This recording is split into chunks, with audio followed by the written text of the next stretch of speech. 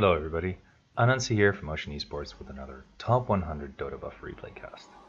Today we're going to be watching Stat1c3X on the Death Prophet. This player is ranked number 2 on Dotabuff's Top 100 rankings, has over 1,700 games played, a 56% win rate, and is around about just under 7k solo MMR. So this is a pretty high level pub. This is a very good player. And we're going to learn whatever we can. For those of you who don't know what we do here, we watch a top 100 ranked player who has at least 1,000 games played on their best hero from their perspective. All we do is observe, we try to learn from what they do, and yeah, just see what we can do. Now, right out the gates already, there is a lot to be said. This is probably the fastest I've seen a player out of the gates. All their items in their slots already, and given that this Death Prophet is apparently going offlane, it's understandable. You want to get that ward up before your opponents get here, so that you can see where they place theirs, and they don't know where you placed yours. So starting items, pretty interesting. Windlace, just tangos, and Fairy Fire, 2 Iron Branches, kind of standard. Windlace will probably build into Yules at a certain point, I would think. So that's yeah, just a standard item on Death Prophet. While he was walking over there as quickly as possible, just filling up his quick buy with the items that he'll be getting throughout the game, the early game in any case. So just your standard, yeah, pretty standard magic wand, regen boots it seems, and yeah, some infused raindrops. Now, level 1 Spirit Siphon is already looking pretty useful. Had skilled this a while ago already. The charge is up though, so I wonder if he's gonna be okay here. In any case, it doesn't seem like these 2 heroes are going to be able to do too much, but did take a little bit of harass. Now, that little skirmish is over, and first thing Static does is some pretty solid blocking, kind of a bit of a figure 8 type. Really, yeah, quite far. Stays really safe, does not go right up to the creep wave straight away, fearing some aggression. Notices, and sure enough, there's the aggression. And there's the doom behind, so if this Death Prophet would have been wow, would have been a dead Death Prophet, quite clearly, if he had not been as careful. Now she can just stay safe under the cover of her own creeps, and she's playing against 3 heroes with pretty much no escape mechanism. This is pure personal play, and I have to say, it's quite impressive. Actually selects the skill with the mouse. I'm surprised about that one. I mean, 7k, but okay. I guess those are not the things that you know, you win it on, so it's probably going to be more decision-making based. Tanking a lot of rocks. Is she going to get this? No. Just barely will not get first blood, but teammate does. It's a close call though. I mean, the fact that you're almost getting first blood. 1 on 3, I have to admit, this is an... yeah, it's not your typical tri-lane. However, it's still 3 heroes that think they can get a kill, but yeah, don't seem to be able to. Now, playing very carefully here, very passively, buys a TP scroll from max range, which was pretty far. It was over here, I have to admit. I'm surprised you could buy something from there.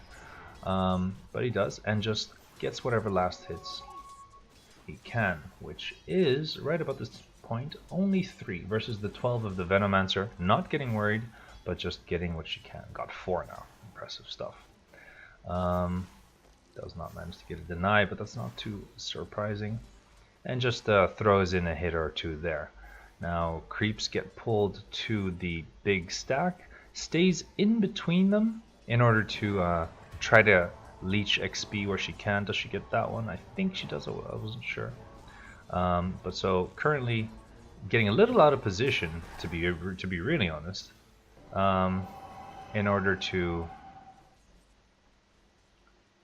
keep some XP, but not too far. Still saying pretty safe.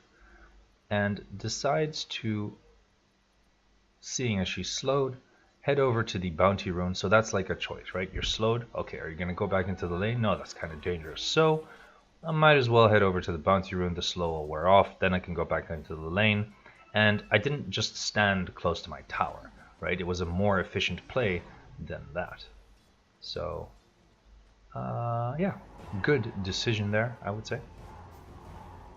And I think seeing that the Doom, yep, went there, decides to go ahead into the lane, but still making sure to stay safe.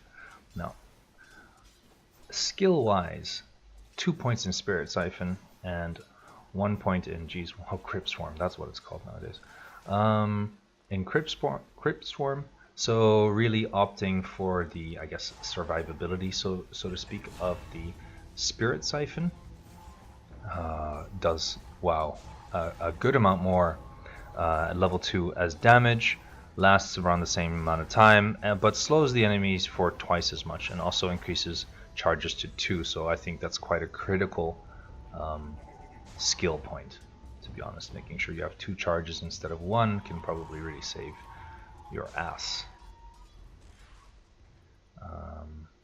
Decides to go for the second bounty. Creeps were pushed in between tier 1 and 2, so this is just an efficient movement over to the creep lane. Annoyingly enough, stuck up against a Venomancer who is going to just be spamming those wards, but that does mean as an offlaner you are guaranteed to, at a safe location, be able to kill creeps. If we look at the net worth charts, even though there aren't that many last hits, middle of the pack, which is nothing to complain about by any means. So just doing her thing.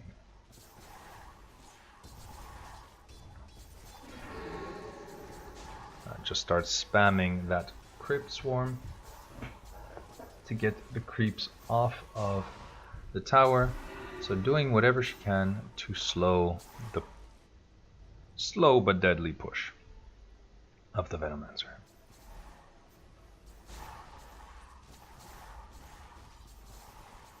And from the safest possible distance tries to get rid of those wards. So max range, not moving too close, just staying as far as possible. Doing a good job of getting last hits under tower, focusing the ranged creep rather early. Probably gonna let the catapult hit it once more. Sadly enough, misses it. But the catapult now is, no, it doesn't seem to do too much damage to it. But first thing indeed, okay, checks mid real quick, that mid's okay. But really doing everything she can to get rid or just slow down this push. And it's tough.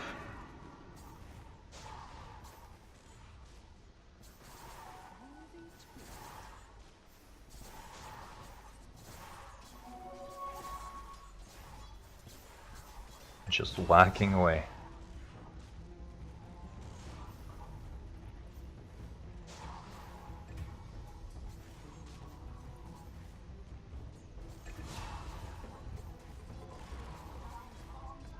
Notice that she really only uses Crypt Swarm when he's able to get 2 creeps with it at a minimum. Does not use it to last hit 1 creep, just being efficient with spells. And given that does not have the mana pool currently to sustain significant spam, also isn't doing that. Even with the infused raindrops, which do give you nice mana regen, it's not enough at this point in time.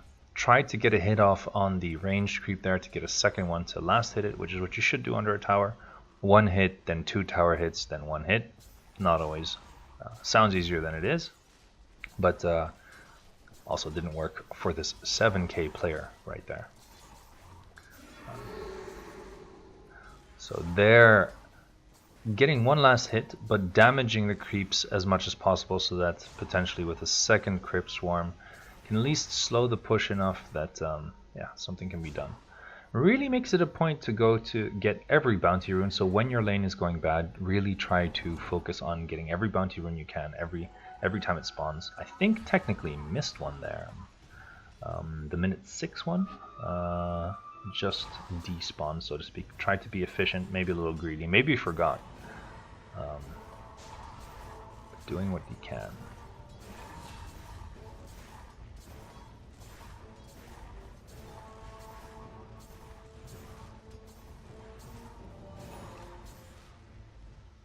Now, in all fairness, holding out pretty long against this Veno, but who now has a Midas.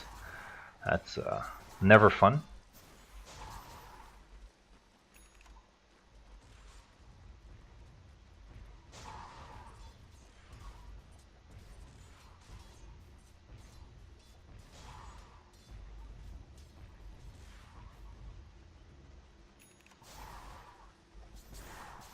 And just really keeps on holding this lane. That's all he's been doing. Looks like he's gonna go for Yule's first indeed. Has a magic stick and the infused raindrops, which is quite good against burst. Some nice burst heal if necessary, although honestly, if that Veno wanted to be really aggressive, I think he could. It's just a bit of a risk. And,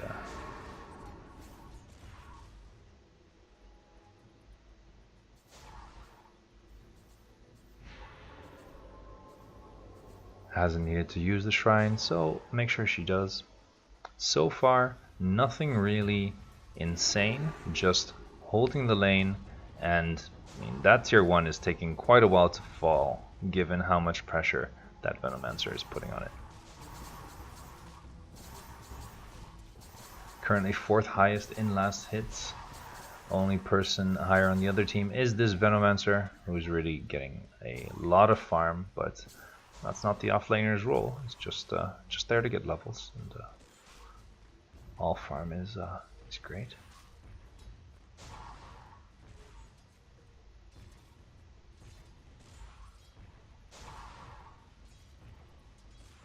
As he's getting more levels, it's a lot easier to get some more last hits. Currently has both Crypt Swarm and Spirit Siphon maxed with 1 point in her ultimate. Sitting at level 9, so we'll see what skill point he goes, or she goes.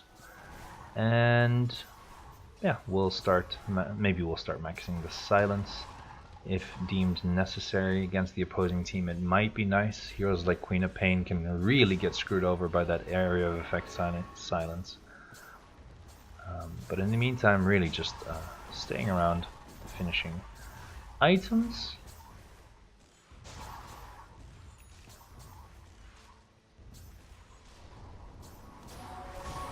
And sadly enough, gone on from behind. Make sure to buy though items ASAP, as many as possible. Realize there was nothing that could be done. I mean, it was doomed. And while dead, just takes a look at her own team. Sadly enough though, that tower that she was defending so roughly will fall extremely quickly. So you guys can get a bit of an idea of how much she managed to slow down the Venomancer's progress. I mean, otherwise, if there had been nobody there, tier 3 would be being knocked down at this point. So then again, okay, gonna move in from behind, it seems. Okay, and yeah, that looks like it's gonna be one dead Venomancer. Not really much to worry about there. Oh wow, that Spirit Siphon is doing work. And if I'm not mistaken, her ult should be able to, yep, destroy those. Okay, nice use of the wand there. And her ult is still up, but won't survive. That infused raindrop is doing work along with that magic wand, almost getting another kill on the Queen of Pain there. Just using the little bit of farm to its max potential to survive the constant pressure that is being put on her. Goes for regen boots and gets herself a ward.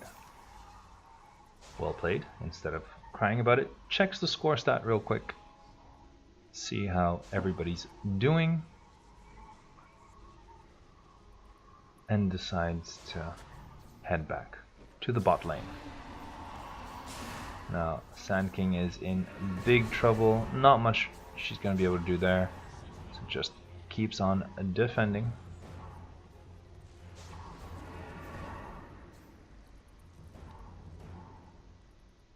Sadly enough, gets dewarded straight away.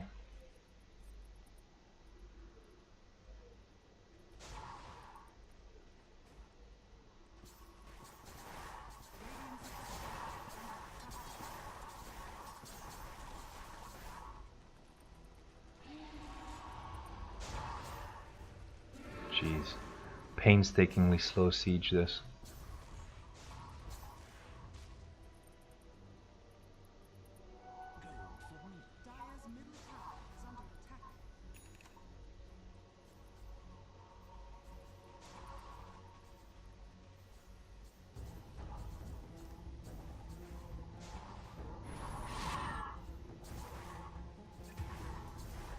And wants to leave and help out while watching teammates, but doesn't seem to get it. Did get her own D ward.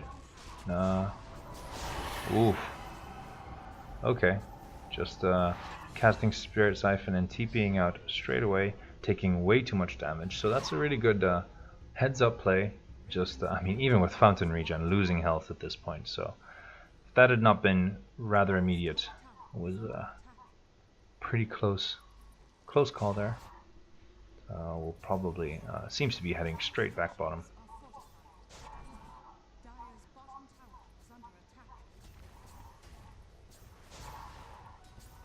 Because those plague wards are doing work.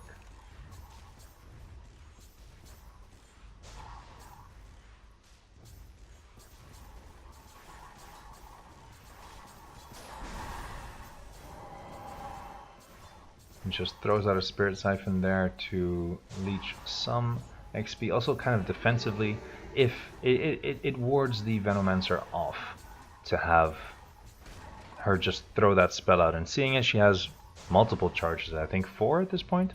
Yeah, 4 maximum charges. There's no reason not to throw one out. I mean, as with other charge-based things, you actually want to be 1 charge down, because then you're regenerating charges. If you have max charges, that means you will theoretically, throughout the course of a whole game, you will only have had 4 charges if you never use it, right? But if you in order to use more charges to cast the spell more often, you need to use it. In a way it's really simple, but it's something that people really often forget.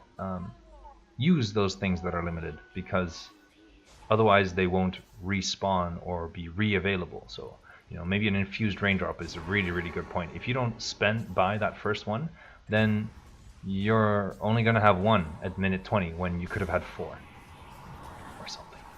So yeah, that's nice silence there. A silenced Venomancer is a pretty dead set Venomancer. It's well done by the whole team in getting rid of that pesky, poisonous Slither? What is Venomancer even? Lizard? Poisonous lizard? In any case, cleans up the lane, actually heads back, and will probably be back to clean the lane up. 17 minutes into the game, 13-12, 1k deficit, or 1k ahead, this team. Cool. Let's finish the Yules. Along with the regen boots, that's quite the movement speed, actually. It's really good. Yeah, quite a nice build, actually. You see most Death Prophets getting phase boots, but regen boots are potentially more valuable. Next item up is a pipe, by the looks of it, and notices that mid is being taken and seems to want to head on over to at least stop the tier 2 push, and just constantly slowing down pushes. Doesn't go up high ground there because that's the most likely path that the opponents would have taken to help the teammates. And sure enough, you can see Doom took the path that Death Prophet otherwise would have been caught under. And now, yeah, Venomancer is zoning, by holding that position is zoning things, is stopping the Death Prophet from being able to do something. But knows that she can tank the ult at this point and makes her way over. Probably gonna get a hit off here. Yep. With the Crypt Swarm. And sure enough, survives. And she'll heal up from all the damage that she dealt. So, no risks taken. Very well played there. Stayed out of the fight for a long time because she knew she couldn't go in too early, but came in at the end to clean things up when it was safe for a hero with her skill set to do so. Picks up the most expensive item of the pipe first and the cloak. So that's the, because you can buy the most expensive part of an item, you should do that. And cloak is the most valuable cheap item, second most expensive as well. So this will straight away increase her survivability. You tend to want to prioritize the items that will, let's say you're buying one item that has two components, both at the same price, and whoops, and both at the same price, but one is HP and another is int. Normally you prioritize the HP item because it'll make you more likely to get the int item at a later point. Yeah, unless you really need to push an advantage for some reason, you tend to focus the item that provides you the most survivability. So hood complete, now able to start pushing pretty hard, along with the Luna illusions provided by the Shadow Demon. I think we'll see some pretty strong pushing coming out from this combo in a sec. Just watching the teammate taking out some opponents.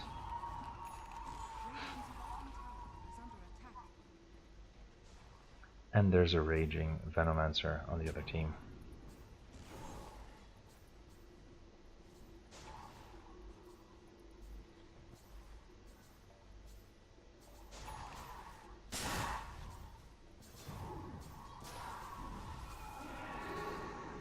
Just nuking waves and getting ready to push mid. Ult is up, so maybe looking to take this objective. When it comes to net worth and levels, I think she's quite high up there. Oh, net worth not so much actually, 6k. Levels, second. So has managed to secure herself a lot of experience, even though there was quite some pressure on her. And I wouldn't call the offlane the most natural lane for Death Prophet, but maybe it's a thing. Although this, okay, while it could, wow, great defensive disruption there. And doesn't get afraid, just tears right into things, because those that spirit siphon will definitely keep her alive. Make sure to deal as much damage with her ult as she can, because that'll heal her up the most. Magic wand constantly helping her and just moving along the outside of the fight. Notice there, Spirit siphoned the one she was not sure she'd be able to get otherwise. And heals up again and is fine. Great defensive disruption there from the Shadow Demon though, giving Stat1c3X the time to get out of the Legion Commander ult and then Yules and then provide a lot of damage output to come back and be full HP, so now she can continue to farm, which is very valuable. Next item, yeah, finishing off the pipe. And then we're going to see a drum, which is definitely a nice item. Some HP, some int. Movement speed is extremely important for Death Prophet, so that during fights she can make sure that her ult is damaging the right person. And so is survivability. So survivability and movement speed is really key, and it's key to know which survivability. If you look at this, Pipe is really strong against Queen of Pain and also against Venomancer. It's quite the necessity against just those two. And Yules can be great against Spirit Breaker. You could even potentially dodge a Queen of Pain ult. It also provides movement speed. While you're invulnerable in the Yules, the Death Prophet ult is still damaging heroes around her. So that's just as kind of standard strong item, so to speak. And finishing up the pipe, really great. Drums, really just supplementing both of those somewhere in between. Oof.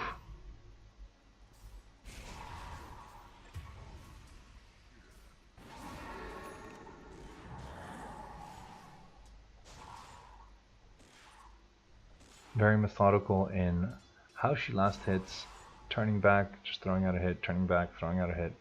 Can tell that he's very comfortable with the hero's attack animation, which is also of key importance. If you can't last hit without enemies around, if you don't know how the hero last hits, then you're probably not gonna last hit when there are enemies trying to stop you. The better those enemies will be, the less anybody else will be able to do that. So constantly just focusing on killing wards. I could call this video Death Prophet Kills Wards, because that's what we're watching a lot.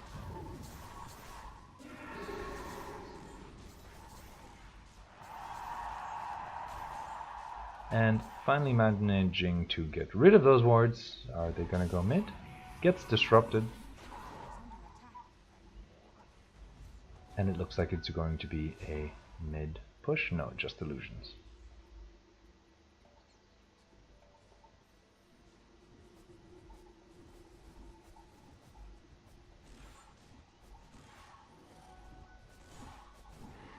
It looks like the drums are on the way, almost.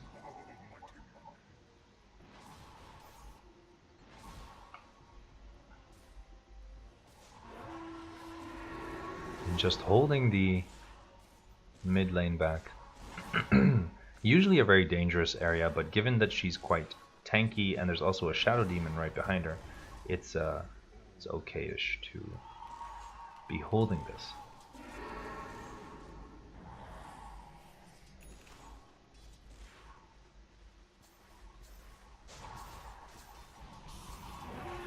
Shadow Demon gets a good call, but sadly enough there's a silence. There's not going to be too much that he'll be able to do, but because of the Yules, still able to do a lot of damage, just not enough. But yeah, 5 heroes, that's going to be a little bit too much. I don't think he was able to buy the recipe before dying, but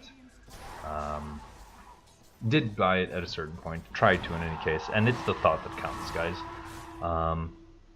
As long as you're thinking about it most of the time, then you'll be more likely to do it than if you're not thinking about it every single time. So even if you're a few seconds late, that's one thing, but it starts with recognizing that it needs to happen. And yeah, even just doing the action after, after dying makes it more likely you will remember it. So that's actually a really quite a good takeaway is just do it. quite simply, just do it.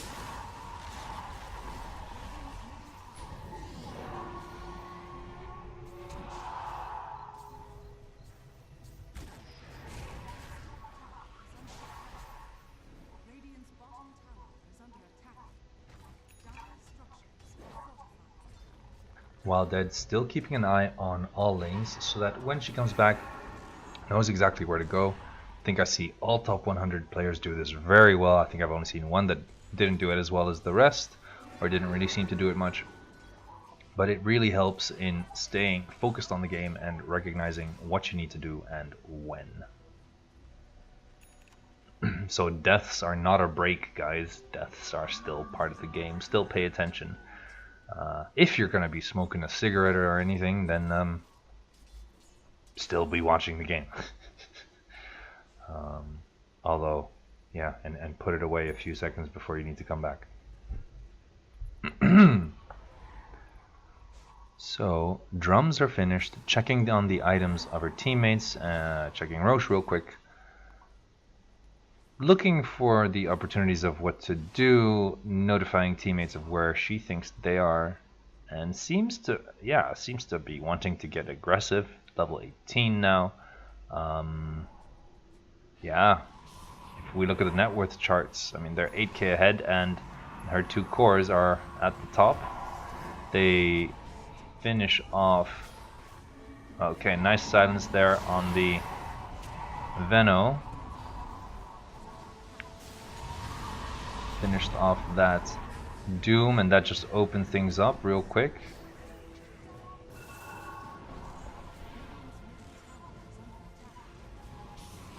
It's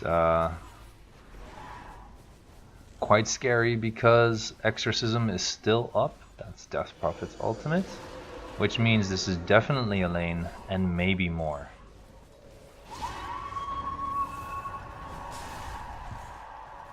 Now, her getting drums synergizes extremely well with her teammate Luna, so that's kind of a nice... It's good that she got an item which doesn't only work for Death Prophet, but also works for her team. Probably something that he's good at being able to do on a regular basis. You don't just pick one set of items all the time.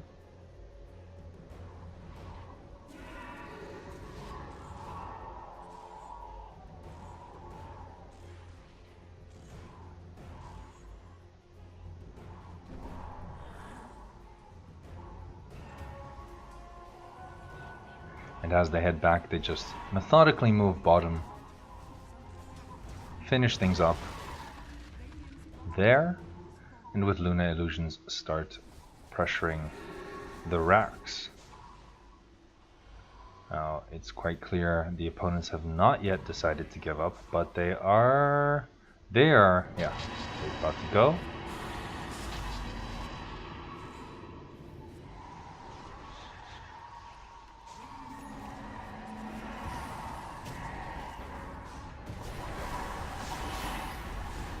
Okay.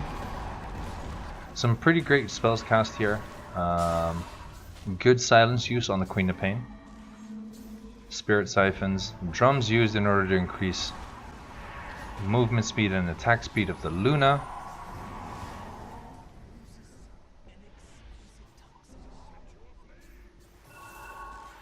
And just, taking time to close the fight up.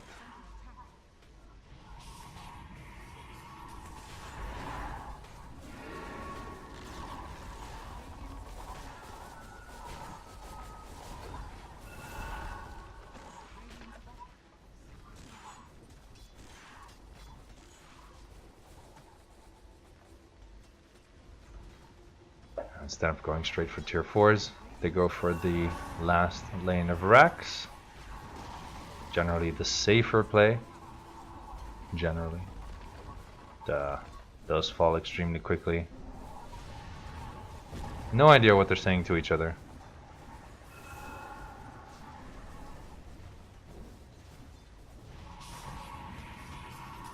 But enjoying a good chat at the end of the game, I think that's a sign that the game's pretty much over. Guys, girls, I hope everybody learned something, I definitely did. I hope this was enjoyable. Let me know what you guys thought. Crits, comments, anything. They're all welcome. Give us a like, a follow, and subscription. Thanks for watching, everybody, and see you again next time.